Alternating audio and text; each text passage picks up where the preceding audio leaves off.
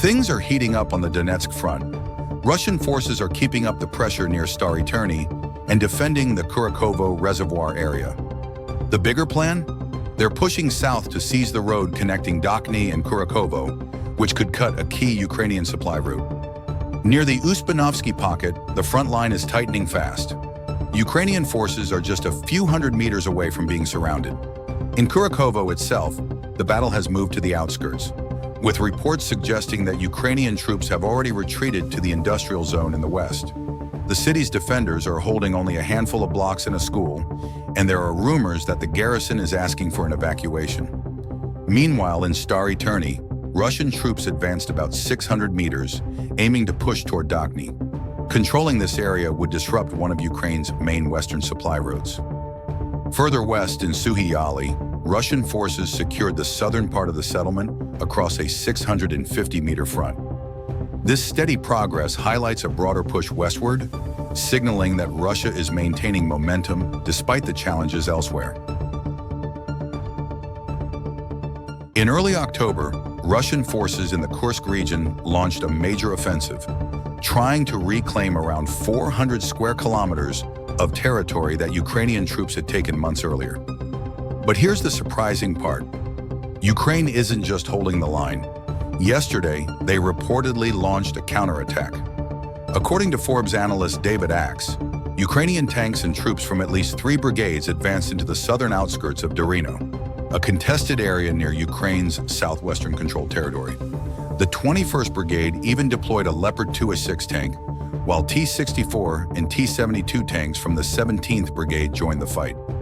However, Russian drones hit back hard, damaging at least 1 tank from each brigade, including setting the Leopard on fire. Despite these hits, Ukraine's 80th Airborne Brigade managed to destroy 2 Russian BMD vehicles during the clash. Dorino is strategically critical. It's near Russia's main attack route in the region. If Ukraine holds it, they could block secondary Russian assault paths, forcing them into a kill zone near Zeleny Shalak. The counterattack wasn't massive, only a few hundred meters gained, and it's unclear if Ukrainian forces held the new positions. But the fact that they counterattacked at all, while being outnumbered 3-1, says a lot. It's a gamble, but if they've secured Dorino, it might just pay off. So there's still no agreement in NATO about Ukraine joining the alliance. At the recent meeting in Brussels, key members like the US, Germany, Turkey, Hungary, and a few others stood firm against it. Their reasoning? As long as Ukraine is in a war with Russia, NATO membership isn't on the table. On the flip side, Ukraine's foreign minister, Andriy Sybiga, made it clear that Kyiv won't settle for anything less than full membership. He sent a letter to NATO colleagues basically saying that only full membership can guarantee Ukraine's security and stop Russia from pushing further into their territory or others. Some NATO countries are also waiting to see what the new US administration under Trump will decide.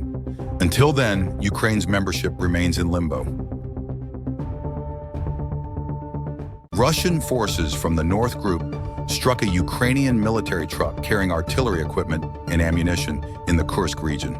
The hit was carried out using precision artillery munitions, and the aftermath was dramatic. A drone video shared by the Russian Ministry of Defense captures it all. The truck moving down a road, followed by the exact moment of impact.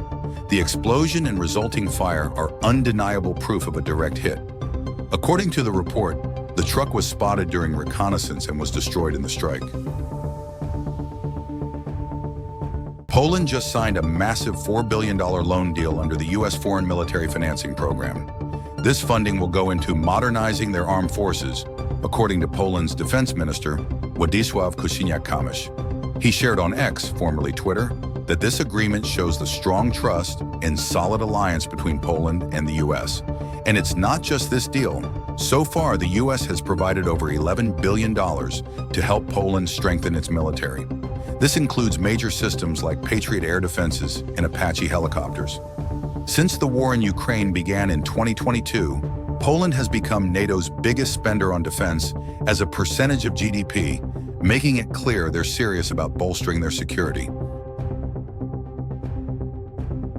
Looks like Israel's military isn't wasting any time tightening its grip on Hezbollah's weapons smuggling routes along the Syria-Lebanon border. They hit several key paths overnight, claiming these routes are crucial for Hezbollah's operations.